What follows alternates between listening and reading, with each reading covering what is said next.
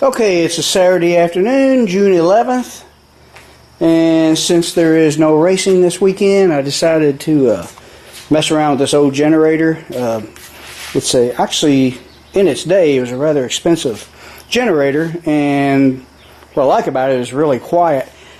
It got to where it's stubborn to start, and it actually even burped out of the carburetor and caught on fire, and I picked it up and threw it out of my trailer and never tried to start it again. And just recently, now it's got electric start, but it also has a pull start, but just recently, last night, I sprayed some starting fluid in the carburetor, and it ran, and I turned on the fuel switch, and it ran on the old fuel, running not perfect, kind of coming in and out like something that, like it either needs carburetor work or it could be the old fuel. I'll probably end up rebuilding the carburetor later, but for now I'm just going to run the old fuel out of it. But I want to get the electric start going again, so I bought a new battery. So we got to make that fit. Actually, the original one was about that much shorter, and I thought I could make this, I thought maybe there would be room to make that work, and there really wasn't until I removed these rubber stops, which some may not think it's a good idea, but they already have my old battery, and I'm going to make one that's easier to get work. And I think it'll be fine like that, regardless of what others might think. So let's get this new battery full of juices and charge it up. Okay, here's the new battery I bought. Got it from Tractor Supply. I think it's about $89. Energizer AGM. And that sticker on here you pull off. That was already pulled off. I did it. Give you some hardware, but always keep the hardware from my old battery too. Those are handy to have around. And you got to fill it up with the fluid they give you with it. Leave the foil on these, and you force it over those little nipples there, and you let it drain down in there until it's all empty. Sometimes it goes a little quicker if you do this.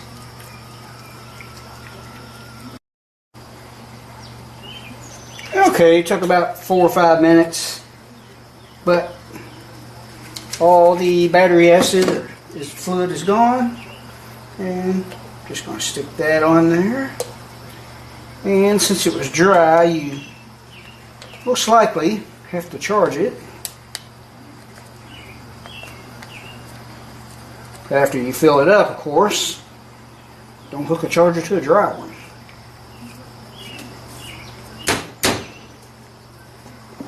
So I got my charger plugged up, positive on positive, negative on negative, of course. Let's see what it says.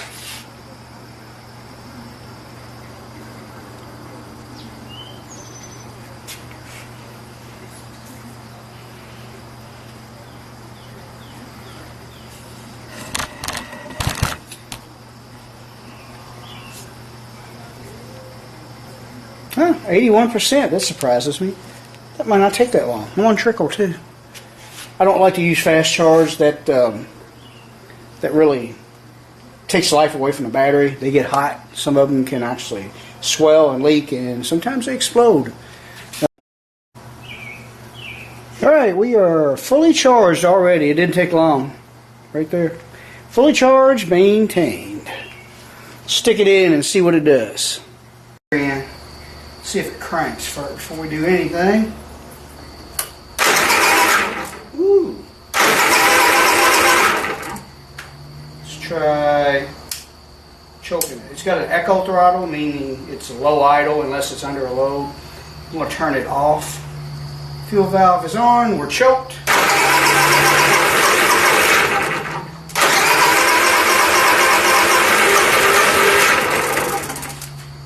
Here it goes. Oh! I better make sure it's not on fire again. Didn't do that last night.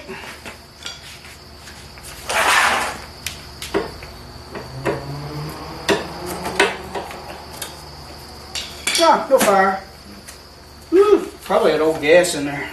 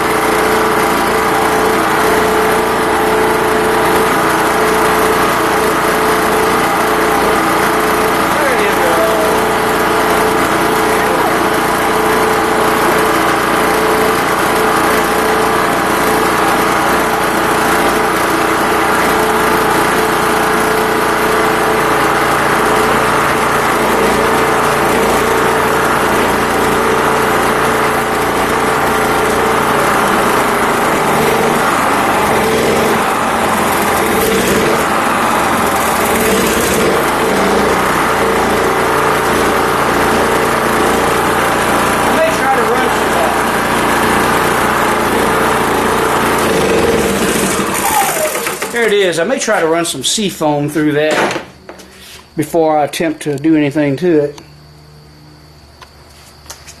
See if it'll fire back up.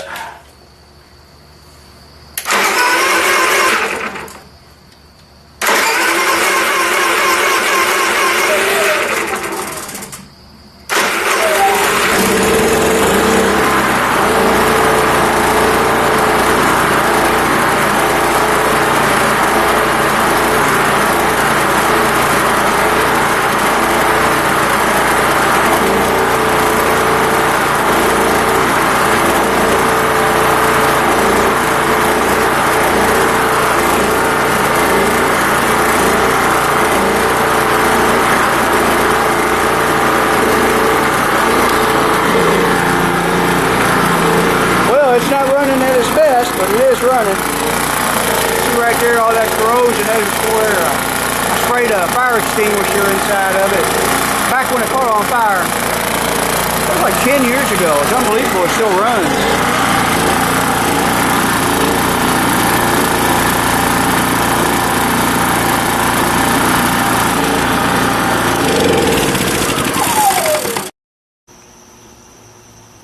Alright, it's the next morning, Sunday morning, and I decided to go ahead and look into this a little deeper.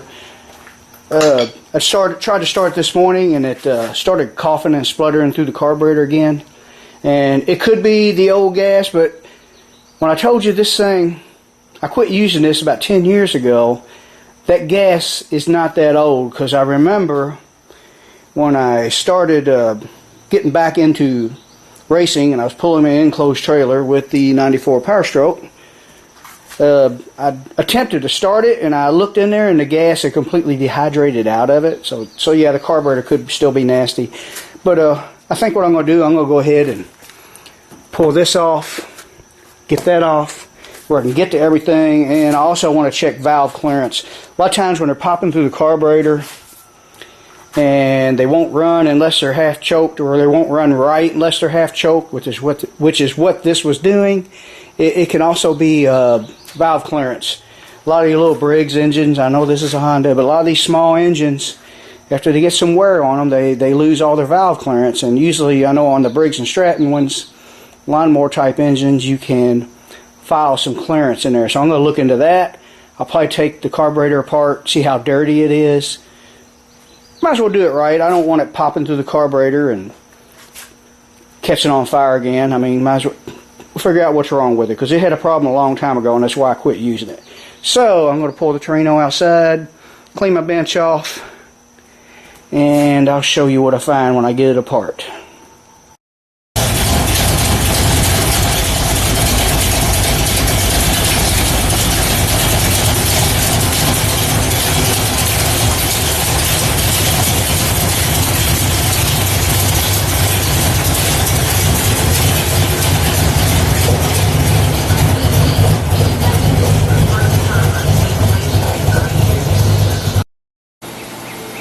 Okay, not only did I get the bench cleaned off and the Torino out of the way, but I had to work on my evaporative cooling fan. Had a pump lock up.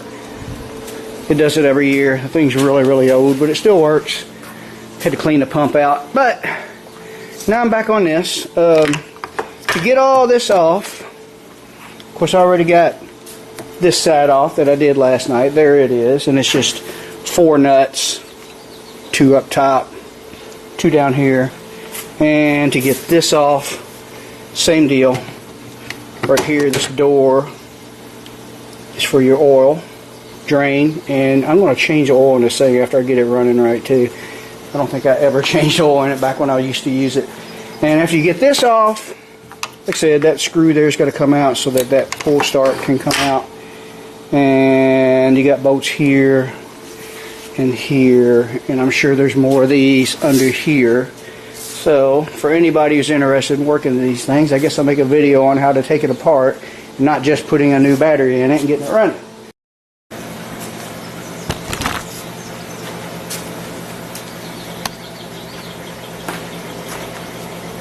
Alright, I'm going to avoid taking this off because it's got a seal that is not easy to get out. The seal's going to where the tank cap goes.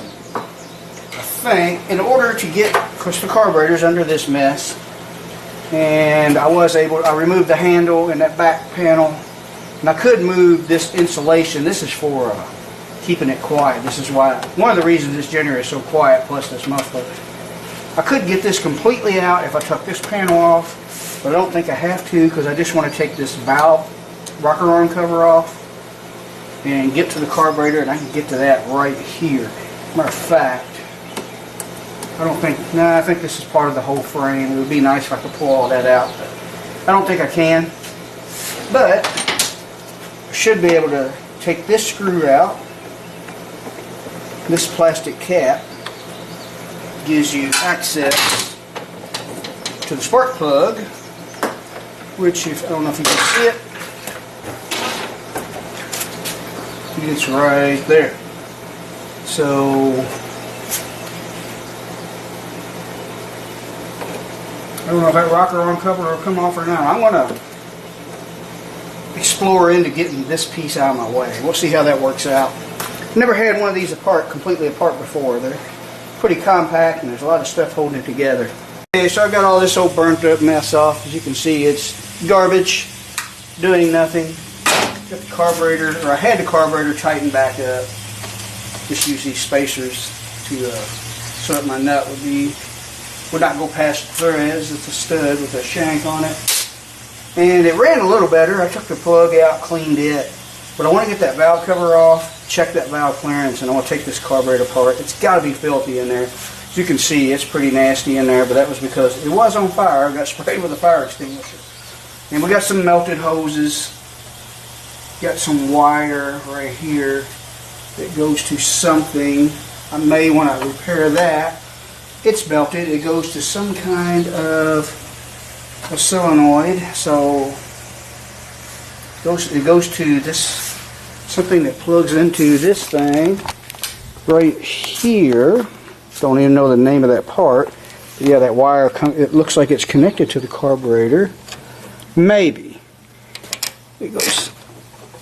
Yeah, I think it does. I think it goes to this piece right here. And it runs down, that wire runs down to here, and it got melted down there. And it plugs in right here to the back of this piece. So I'm going to try to repair that too. Just going to check it all out and we'll see. Okay, that wire that I was telling you about, it got burnt damage. It goes to this solenoid here, whatever it does. I'm just going to take this off for now. If it'll come off. And of course the screws want to round out. Of course they do. Wouldn't want to make it out of a good metal that doesn't round out now, would we? Hang on, I got to pause the camera to get them out. Let's try this. Maybe I can remove the whole plastic cap. Now the other one came loose. I turned the camera back on, and now this one's going to round out, I bet. This might be too big. Maybe not. There it goes. Thank goodness. Let me just take this thing apart, clean that out. Hopefully the gaskets ain't shot. It was on fire, so it could be cooked. But don't run bad for something that's been on fire. Here, that comes off. That goes to this thing here.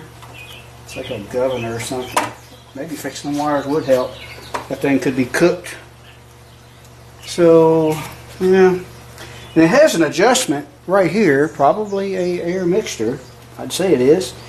And the trouble is, when it's on here, it's behind that, and you can't get to it when it's on there.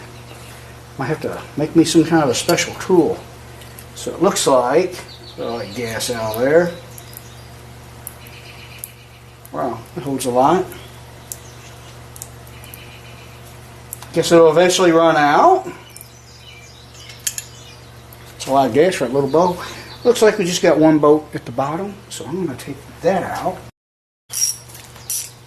Let's see what we can find in here. Need to get me a bowl of gas, and soak it and scrub it. Ah, it's not too dirty. Look at that.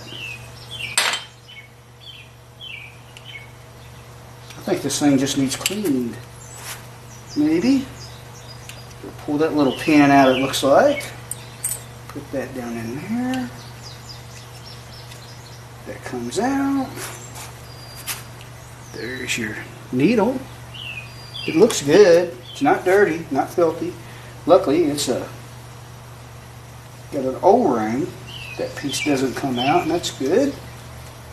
Let's see, maybe. Don't know. Let's see. We got like looks like a jet down in there. If I can get it out.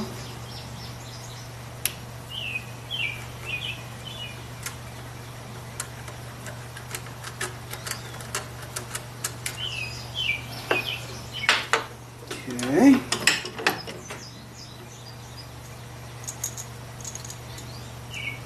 There's jet. There's got to be more than that in there.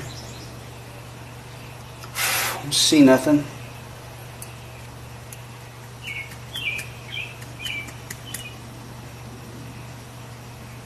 I don't think nothing's going to come out. I think I'll just get me a small can of gas or lacquer thinner and clean it all out, clean it off, and put it back together. Might play with that adjustment too. And it's getting plenty of fuel. I checked that.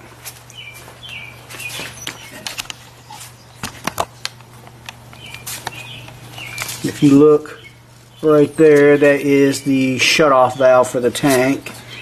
And don't worry, it won't catch on fire. As you can see, I didn't open it halfway, and it comes out pretty quick. So that's good. So we'll just clean this carburetor up, put it back on. That gasket looks good enough. Not the best, but I think it'll work. And we'll put that on, make sure it starts, fix the wire, make sure it starts. And if it runs the same, we'll check those wires. I may go ahead and that gas smells fine. I don't think it's as old as I was thinking when I first started making this video. So we'll see. Okay, so I cleaned the carburetor out, put a new fuel line on it, got everything back together, fixed the wiring, runs exactly the same, and I finally got the valve cover off, which is not easy, or the rocker arm cover. 4 bolts, which ain't too bad, but as you can see right there, but it's a tight squeeze between this and that, and this is all part of the whole frame. You got to pretty much disassemble the whole thing if you want to get that out of the way, but I was able to wiggle it out.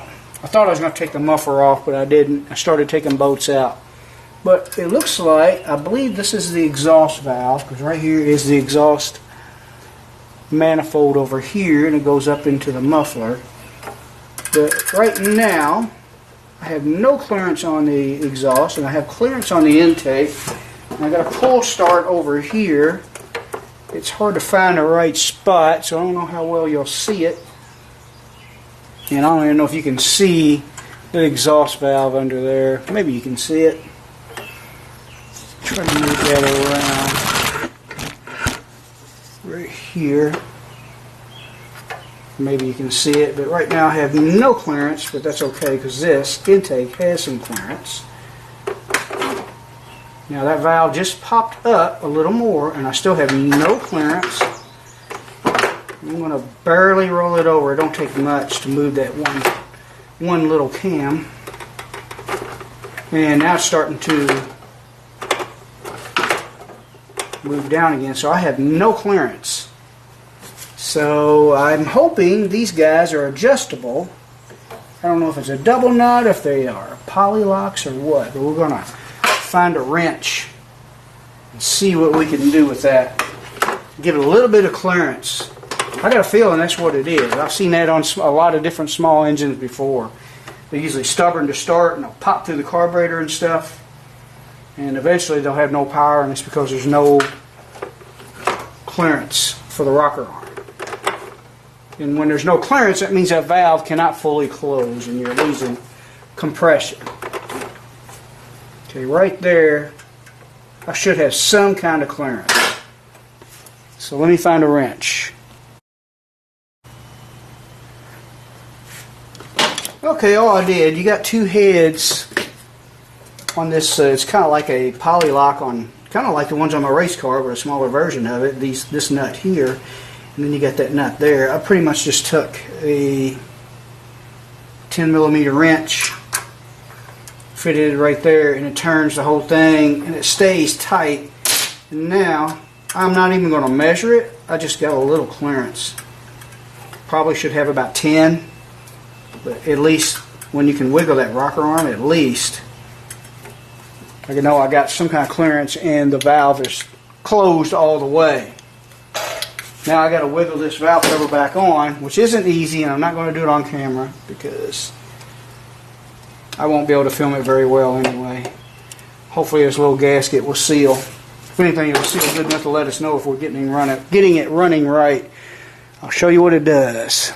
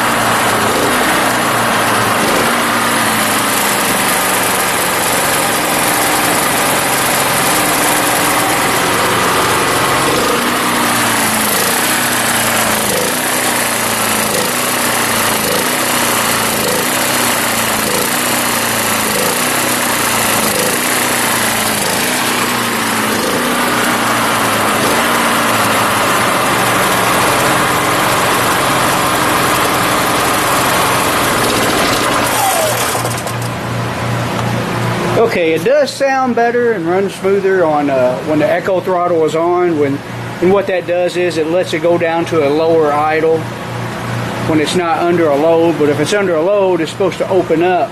It's just like when I turn it off, and I don't know if you could see it, but the reason I pointed that camera up in there with the light on is that solenoid switch is for that echo throttle. I'm pretty sure. Because when the engine's RPM's going up and down, you could see that little black plastic lever flipping back and forth, and I'm pretty sure that's what that solenoid does. It's supposed to hold it open to a certain RPM. And like I said, it's supposed to compensate for a load whenever you got it on the echo throttle. Now I know when you plug stuff up into it, it sounds a little better when you turn this off. But when you turn it on, it's kind of it don't act right. I'm beginning to wonder if that right there is what's causing it. It could be. I may try to order that. I'm going to see if I can find air filter assembly. All these vacuum hoses, I'm pretty sure all they are is vent tubes. They're not really vacuum. I know if you hold your finger over that long enough, it'll choke it out. Now when you turn the echo throttle off and cover half the hole with your finger, it'll smooth out and run. Sound good. Like it's not getting fuel, but it seems to be getting fuel. So we'll see. I don't know what else to do. It seemed to start a little better after I adjusted that valve. I may try changing the oil. I know it's got an oil sensor in it, and if the oil is dirty, and it is, that could mess with it. Probably not it, but I'm going to change the oil and we'll see what it does.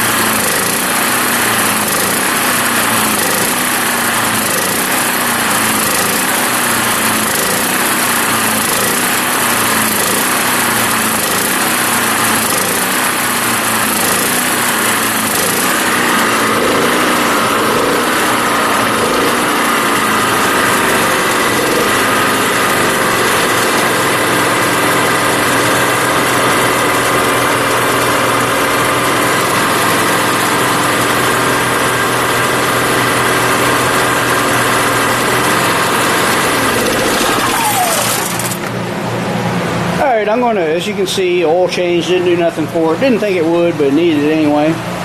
But I guess I was thinking the only reason there was a chance is because there is a low pressure, a low oil level sensor that won't let them run. I'm sure this has got it. It's not. It's old, but it's not that old to not have that. They've been using that stuff since probably the 90s or 80s. But I'm going to go ahead and drain the gas out of it, put fresh in it just to see. The gas don't smell bad, and like I said, it's definitely, even though it's sat for 10 years, I know the gas is not 10 years old. And we've seen the inside of the carburetor, it's not varnished up.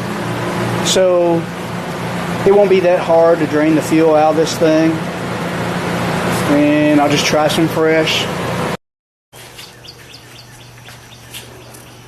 Okay, so when I drained the tank, I seen this filter sticking up through the bottom, and I ended up having to take the tank off, and that was not easy. I mean, this thing, it's got a ton of bolts and brackets holding it together, and to get one thing off, a bunch of other stuff has to come off first, and it was a mess. But as you can see, there's some junk in that screen filter.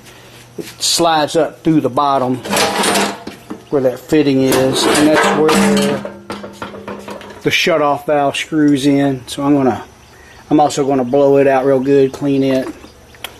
But if you can see down in the tank, I don't know if you'll be able to or not, but there's some stuff down in there that I need to get out. I don't know if you can see it or not.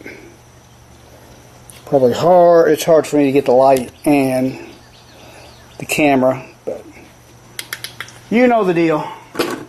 So I'm going to get this thing cleaned out, and we'll see if this thing runs better with some fresh clean gas in it and that screen cleaned out.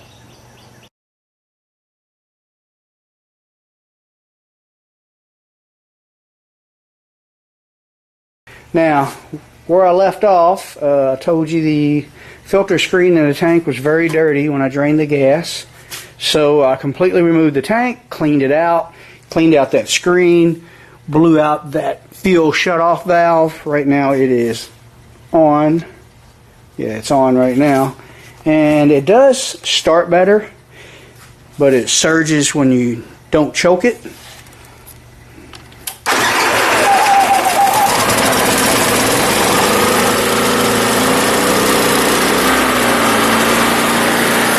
Right there sounds pretty good.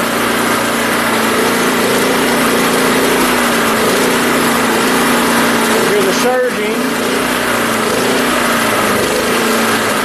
Turn the echo throttle on.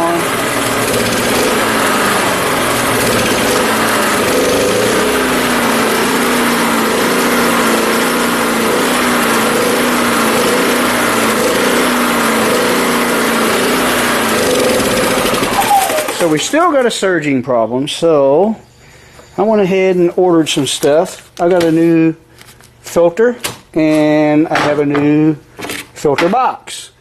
Now, when I ordered this, I thought I was going to get the whole thing. Luckily, this was not on it when it caught on fire. Here's the part that was bolted to the carburetor. That's what actually the bolts go through. These guys right here and here, and hold the carburetor on, and that is just another bracket that attaches to the engine. But there's what it looked like burnt. You can see how melted it is. And luckily I got a new one. It was like 29 bucks. Actually, the guys on eBay wanted more than the actual parts dealer. It wasn't a Honda website, but I think it was called newparts.com or something like that. And luckily this was off of it, so this is the original one. And I will steal these old rusty clips off of this, and I can attach this to that just like that. And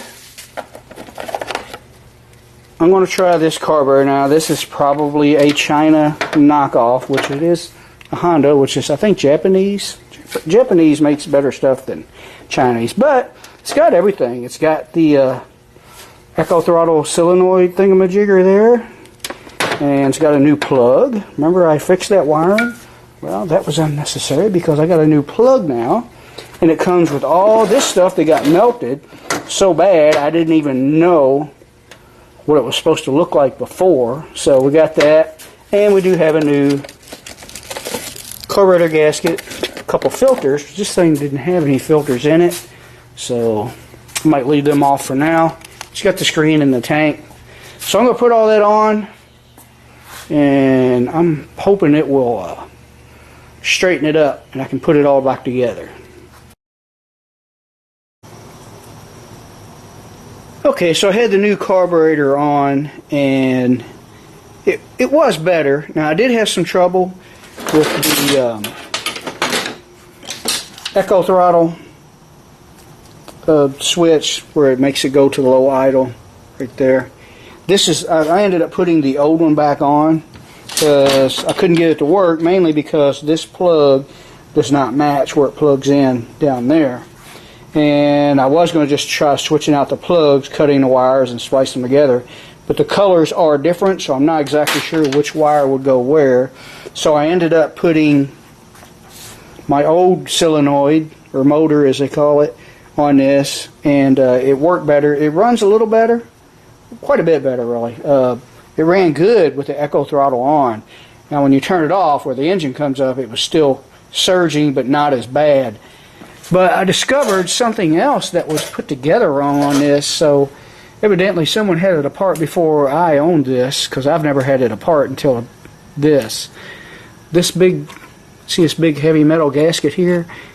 It was behind the carburetor, and I thought, well, maybe that's the way it is, until I went on YouTube, started doing some research and watching some videos of people who work on them a lot more often than I do, and out of 2 or 3 videos, all of them pulled this gasket off of this, which is, this goes behind my new box that I bought. Whereas on this one, when I pulled the carburetor off, it was behind the carburetor. And it makes sense because the studs get fatter back here, and this hole is really tight, and I was wondering, why is it so tight? Why is it so hard to take off? So that would probably cause a vacuum leak. And now we got a new gasket behind it. Hopefully I didn't mess up the new gasket, because I did have it on top of this, which was wrong. So I'm going to go ahead and put my clips in and put the whole box and everything together. That way we'll know for sure with the filter and all on that it's together the way it's supposed to be, and we'll see if that surging stops then.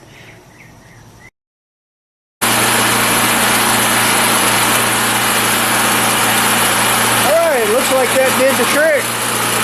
Wide open now. Turn the echo throttle on. It's doing good. I'm pretty sure that gasket being in the wrong place was the troubles all along. Probably this old original carburetor is just fine. But it is what it is.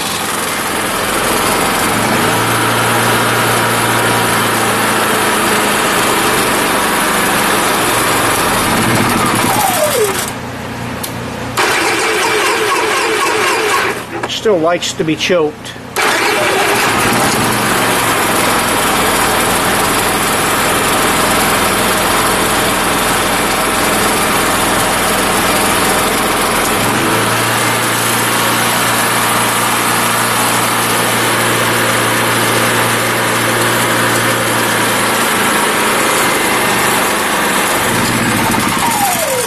Alright, so now I get to, after was it 2 or 3 weeks ago I took it apart, I gotta remember where all these bolts and brackets went and get this thing all together, but at least it's running good now. So let me get her together and I'll show you how it does. Okay, so it's all together, and I'm going to show you why I like this generator so much. I don't hear nothing, do you? Maybe you hear a little something.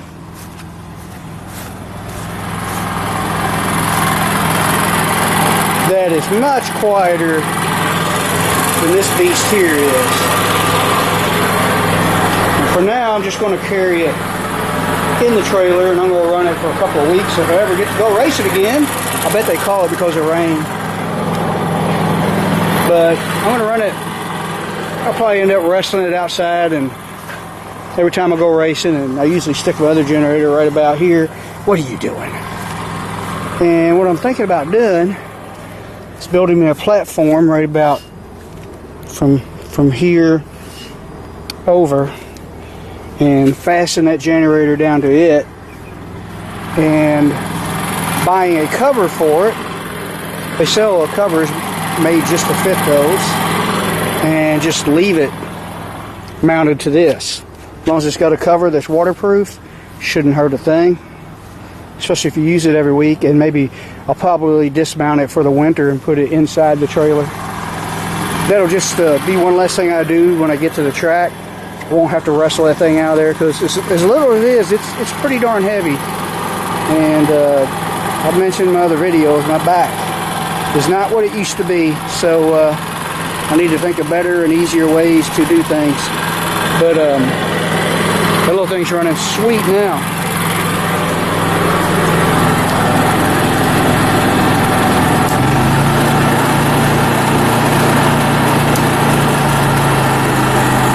When you hit that echo throttle and it goes down, the lights don't even get dimmer, so yeah, it works good. I don't have much fuel in it. I think I can go ahead and fill that the rest of the way up. The screen's still got some junk in it, but we cleaned that tank out good. So this thing ought to be good to go.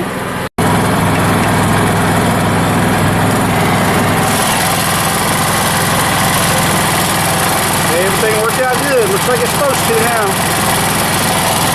A lot better than it did. I guess that's all for this video. Thanks for watching.